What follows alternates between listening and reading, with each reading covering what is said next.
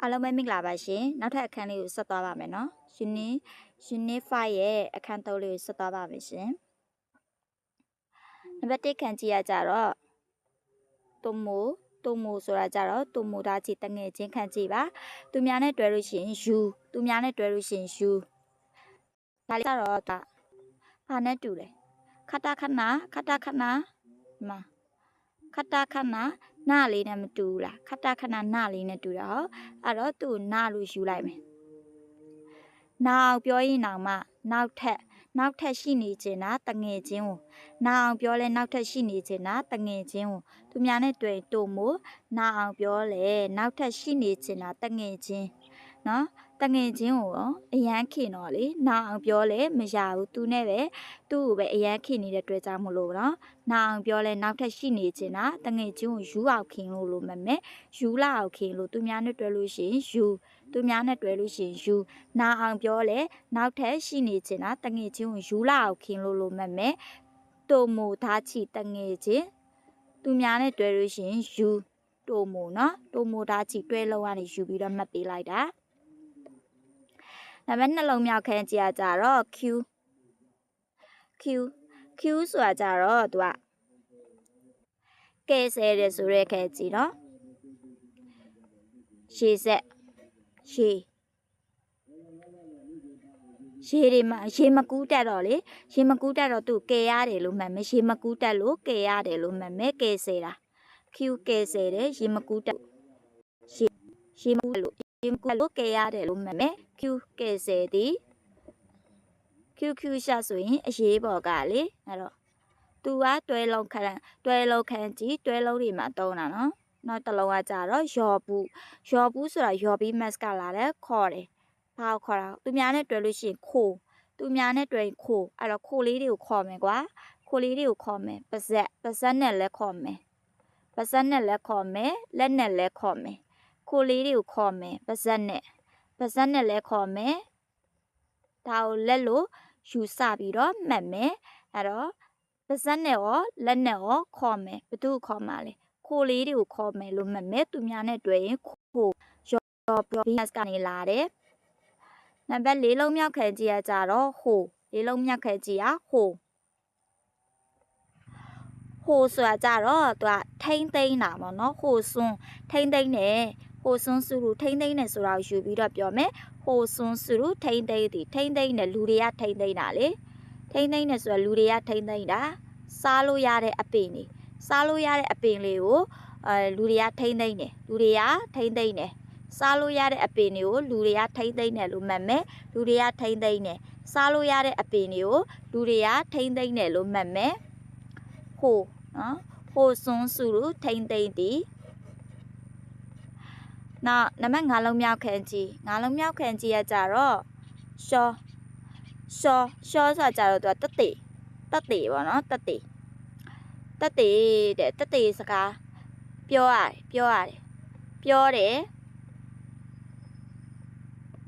ပြောတယ်မှန်ကန်တဲ့စကားတွေကိုတက်တေအဖြစ်ပြောရတယ်ပြောတယ်ဆိုတာကိုနော်ပြောတယ်မှန်ကန်တဲ့စကားတွေကိုတက်တေအဖြစ်ပြောရတယ်လို့မှတ်မယ်ပြောတယ်မှန်ကန်တဲ့စကားတွေကိုတက်တေအဖြစ်ပြောရတယ်လို့မှတ်မယ်အဲ့တော့6လုံးမြောက်ခန်းကြီးကိုသွားမယ်6လုံးမြောက်ခန်းကြီးခဲစုငိမ့်တယ်လို့နော်ငိမ့်တယ်လို့မှတုံးတယ်ငိမ့်တယ်ခဲစုဆိုလို့ရှိရင်ငိမ့်တာခဲရုဆိုလို့ရှိရင်ငိမ့်သွားတာနော်ဥပမာမီးကိုကိုကငိမ့်လိုက်တယ်မီးကိုသေအောင်လို့ကိုရေနဲ့ပြန်လိုက်ရဆိုတာဒါငိမ့်လိုက်တာပဲလေငိမ့်တာဆိုလို့ရှိရင်ခဲစုငိမ့်သွားတယ်ကိုကရေနဲ့ပြန်လိုက်တော့သူ့ဘာသူငိမ့်သွားတယ်ပြေးတငွေ့လောင်ပြီးတော့ငိမ့်သွားတယ်ဆိုရင်ခဲရုသူ့မသူဖြစ်တာဆိုရင်ခဲရုကိုလှုပ်လိုက်လို့ငိမ့်သွားတာကိုကငိမ့်အောင်လှုပ်လိုက်တာဆိုလို့ရှိရင်ခဲစုအဲ့တော့ခဲစုသူများနဲ့တွဲလို့ရှိရင်ရှူသူများနဲ့တွဲရင်ရှူအဲ့တော့ရေဆက်ပါမယ်ငိမ့်တယ်ရေတဲ့ငိမ့်တယ် 3နာရီလောက်ငိမ့်လိုက်ရတယ်လာပြည့်နေမှာငိမ့်နေရေနဲ့ငိမ့်တာ3နာရီလောက်ကိုလာပြည့်နေမှာငိမ့်လိုက်ရတယ်လို့မှတ်ငိမ့်နေသူများနဲ့တွေ့ရင်ရှော့သူများနဲ့တွေ့ရင်ရှော့ငိမ့်နေရေနဲ့ငိမ့်နေရေဖြန်းပြီးတော့ငိမ့်တာရေဖြန်းပြီးတော့ငိမ့်တာ3နာရီလောက်လာပြည့်နေမှာငိမ့်လိုက်တယ်ဘာဖြစ်လို့လဲဆိုတော့သူများနဲ့တွေ့ရှော့မှဆိုလို့လေရေဖြန်းပြီးတော့ငိမ့်ရတယ်3နာရီလောက်လာပြည့်နေမှာငိမ့်လိုက်တယ်3နာရီလောက်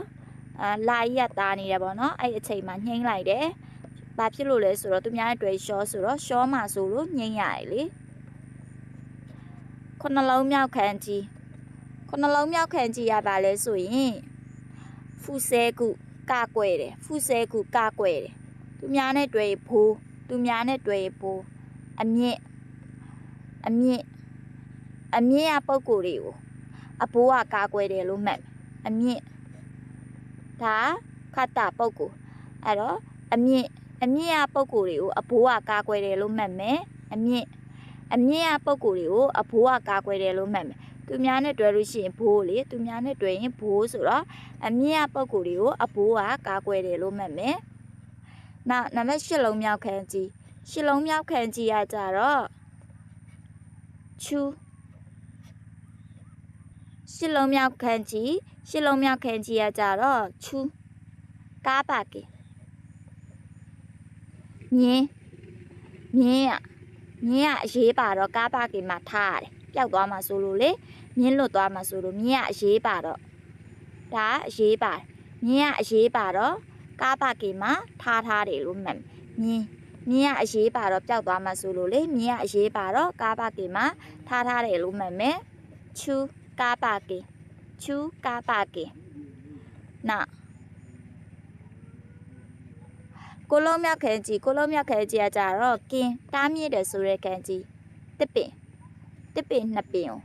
နော်တစ်ပင်တွေကိုတခါတော့မခုတ်ဘူးတစ်ပင်တွေကိုနည်းလေးတောင်မထိဘူးတားမြစ်တယ်တစ်ပင်တွေ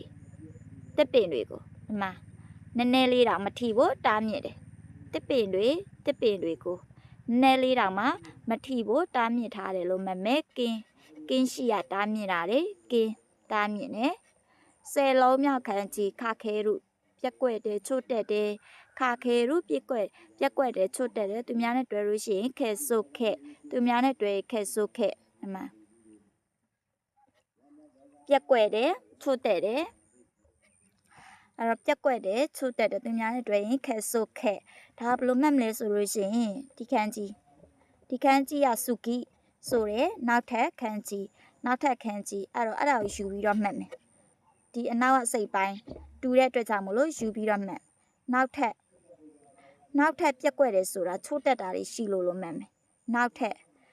ပ်ပြက်ကွက်တယ်ဆိုတာချိုးတက်တာတွေရှိလို့မှတ်မယ်ပြက်ကွက်တယ်ချိုးတက်တယ်ဆိုရဲခန်းကြီးနောက်ထပ်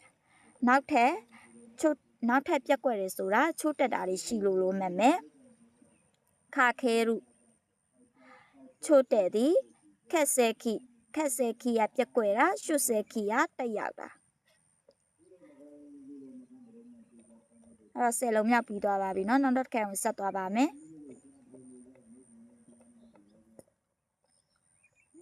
ဘာသာရှိတင်ပေးတာအဆင်ပြေတယ်နားလေးရလွယ်တယ်ဆိုလို့ရှိရင် channel လေးကိုလည်း subscribe လေးလုပ်ပေးခဲ့ကြပါဦးရှင် YouTube မှာလည်းအစအဆုံးဒီ YouTube မှာရောပေါ့နော် TikTok မှာလည်းတင်ပေးထားပါတယ် YouTube ရော TikTok ရောနှစ်ခုစလုံးဒီ Speed Master ခန်းကြီးတအုပ်လုံးကိုဒီပညာဒါနအစအဆုံးတင်ပေးမှာဖြစ်လို့အဆင်ပြေတယ်ဆိုလို့ရှိရင်follow လေးလုပ်ခဲ့ပေးကြပါဦးရှင်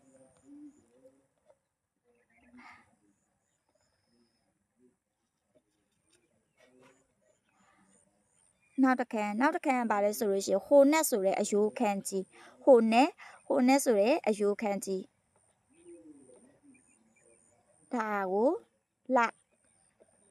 တခုမှတ်ထားမှာကဘာလဲဆိုလို့ရှိရင်ဒီခန္ဓာကိုယ်အစိပ်ပိုင်းတွေကိုပြောလို့ရှိရင်ခန္ဓာကိုယ်အစိပ်ပိုင်းခန်းကြီးတွေမှာစုခိဆိုတဲ့လခန်းကြီးတွေပါတယ် ခနာကိုအစိတ်အပိုင်းကိုဘယ်အစိတ်အပိုင်းကိုပဲပြောအခန်းကြီးတွေမှာဒီစုခိဆိုတဲ့လာအစိတ်ပိုင်းပါတယ်အဲ့ဒါလေးကိုတစ်ချက်မှတ်ပေးထားမယ်နော်ဒါကိုနှစ်ထပ်အိမ်လို့မှတ်မယ်ဒါအပေါ်ဓာတ်ပေါ့ကအပေါ်ဓာတ်လို့မှတ်လိုက်မယ်အပေါ်ဓာတ်ကနေလာတာနေတဲ့အချိန်ခုတ်ချလိုက်တာဘာဖြစ်သွားလဲဆိုတော့အယိုးကျိုးသွားတယ်လို့မှတ်မယ်နော်အပေါ်ဓာတ်ကနေလာတာတဲ့အချိန်လာတာတဲ့အချိန်ခုတ်ချလိုက်တာအယိုးကျိုးသွားတယ်လို့မှတ်မယ်ဟိုနဲ့အယိုးဟိုနဲ့ကအယိုးနောက်တစ်ခုကကြတော့အိုရဲရုချိုးတာကျိုးတာအိုရဲရုအိုရီမတ်သူများနဲ့တွဲလို့ရှိရင်ဆက်စွတ်သူများနဲ့တွဲလို့ရှိရင်ဆက်စွတ်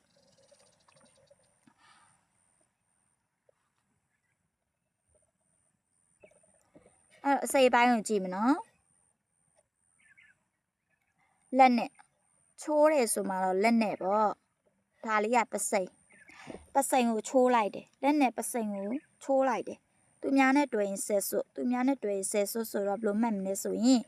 ဆက်စွတ်ပါမှတ်မယ်ဆက်စွတ်ပါမကြံခဲ့အောင်လို့မှတ်မယ်အဲ့တော့ဆဲဆိုပြီးတော့လက်နဲ့ပစိန်ကိုဆဲဆိုပြီးတော့ချိုးပစ်လိုက်တယ်လို့မှတ်မယ်အိုရူအိုရီမတ်အိုရဲရူအိုရူကချိုးတာအိုရီမတ်ကလာနော်အိုရူကချိုးတာအိုရဲရူကကြာကျိုးတာလက်နဲ့ပစိန်ကိုဆဲဆိုပြီးတော့ချိုးပစ်လိုက်တယ်လို့မှတ်မယ်လက်နဲ့ပစိန်ကိုဆဲဆိုပြီးတော့ချိုးလိုက်တော့ကျိုးသွားတယ်လို့မှတ်မယ်အိုရူဆိုအိုရီမတ်ကလာတယ်ချိုးတာအိုရဲရူကကျိုးတာအမေတော်လုံးမြောက်ခဲကြီးကကြတော့နာအိုရီမတ်နာအိုရူနာအိုစု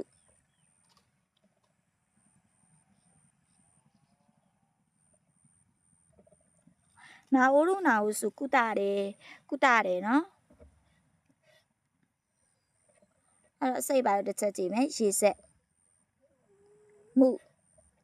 ပါဇက်အဲ့တော့ဘလို့မှတ်မလဲဆိုလို့ရှိရင်သူများနဲ့တွဲလို့ရှိရင်ကြည့်သူများနဲ့တွဲရင်ကြည့်ရေတွေရှိတဲ့နေရာကိုမှုပြီးတော့မသွားဘူးပါဇက်ကနေပြောရတယ်အချိန်ပြည့်ကိုပြောနေရတယ်နော်အချိန်ပြည့်ကိုပြောနေရဘာလို့ဆိုတော့ကုသနေတဲ့အချိန်မှာရေတွေရှိတဲ့နေရာကိုမှုသွားမှာဆိုလို့ဒီပါဇက်ကနေပြောနေရတယ်လေအဲ့တော့ဘလို့မှတ်မလဲဆိုလို့ရှိရင်ရေတွေရှိတဲ့နေရာကိုမှုမသွားဘူးပါဇက်ကနေအချိန်ပြည့်ပြောနေရတာကုသနေတဲ့အချိန်မလို့မှတ်မယ်ကုသနေလို့ရေတွေရှိတဲ့နေရာကိုမှုမသွားဘူးပါဇက်ကနေအချိန်ပြည့်ပြောနေရတယ်ဆိုတာဒီကုသနေလို့မှတ်မယ်နာအိုစုနာအိုရူကတတာတယ်နာအိုစုကကုတာတယ်နာအိုရူကတတာတယ်နာအိုစုကကုတာတယ်နံပါတ်၄လုံးမြောက်ခဲကြည့်ကျတော့စုခုတက်စင်နေဆိုရဲကန်ကြီးစုခုတက်စင်နေလူတွေကအိုလာတဲ့အချိန်မှာတက်စင်ကြတယ်ဘာတွေလဲတချို့ဆိုရင်မျက်လုံးတွေဝါလာတော့မျက်မှန်တွေဘာတွေတက်စင်ကြရလေစုခုဆိုတာစုခိမတ်ကနေလာတယ်လူတွေကအိုတဲ့အချိန်မှာအိုလာတော့မျက်မှန်တွေတက်စင်ကြတယ်လို့မှတ်မယ်လူတွေကအိုလာတဲ့အချိန်မှာမျက်မှန်တွေတက်စင်ကြတယ်လို့မှတ်မယ်စုခဲရု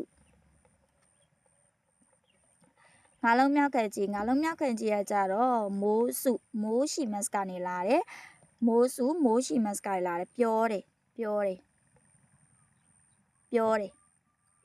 နော်နေ့တိုင်းတယောက်တည်းပြောနေတယ်လို့မှတ်မယ်ပြောတယ်နေ့တိုင်းတယောက်တည်းပြောနေတယ်လို့မှတ်မယ်ပြောတယ်နေ့တိုင်းတယောက်တည်းပြောနေတယ်လို့မှတ်မယ်မိုးရှိမတ်ကနေလာတယ်နံပါတ်6လုံးမြောက်ခဲကြီးကကြတော့က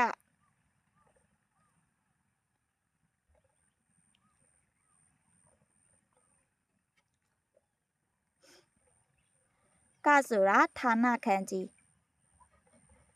ဝတာရှိရ12နာရီထိ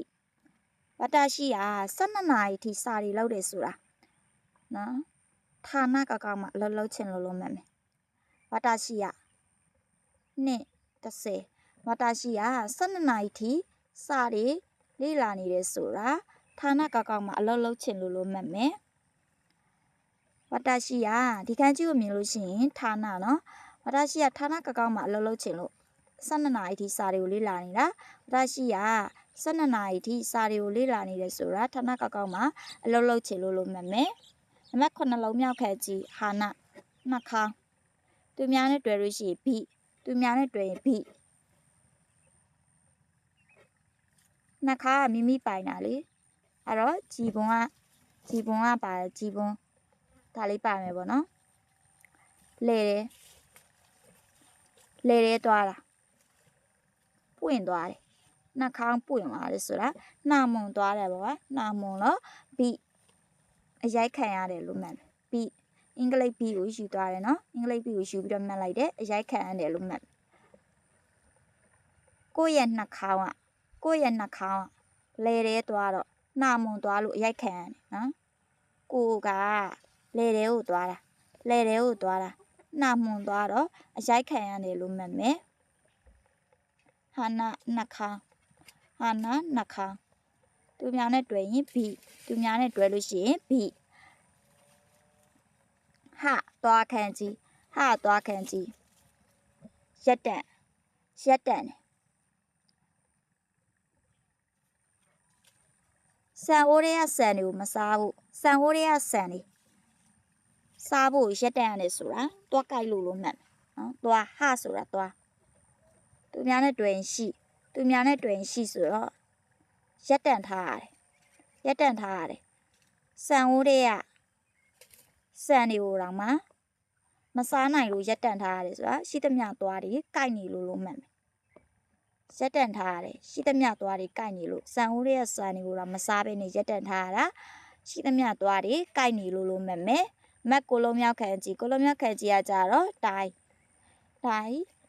ကိုလုံးမြောက်ခန်းကြီးကတိုင်း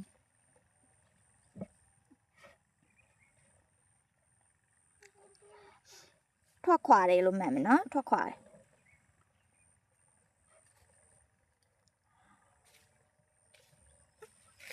ဒါဘယ်လိုမှတ်မလဲဆိုလို့ရှိရင်ကောင်းတယ်လမ်းကနေထွက်ခွာတယ်လို့မှတ်မယ်ကောင်းတဲ့လမ်းကနေထွက်ခွာတယ်လို့မှတ်မယ်နော်ကောင်းတဲ့လမ်းကနေထွက်ခွာတယ်လို့မှတ်မယ်တိုင်းထွက်ခွာတယ်တိုင်းဟန်စုသူများဒါတွဲလုံးကိုယူမှတ်တာနော်တွဲလုံးစလုံးမလို့တိုင်းအင်းစုဆိုတိုင်းစုထွက်ခွာတယ်ဆိုတိုင်းဆိုတာစောတာချီခိုကူဆိုတာနောက်ကျတာအဲ့တော့နောက်တစ်ခါဆက်သွားပါမယ်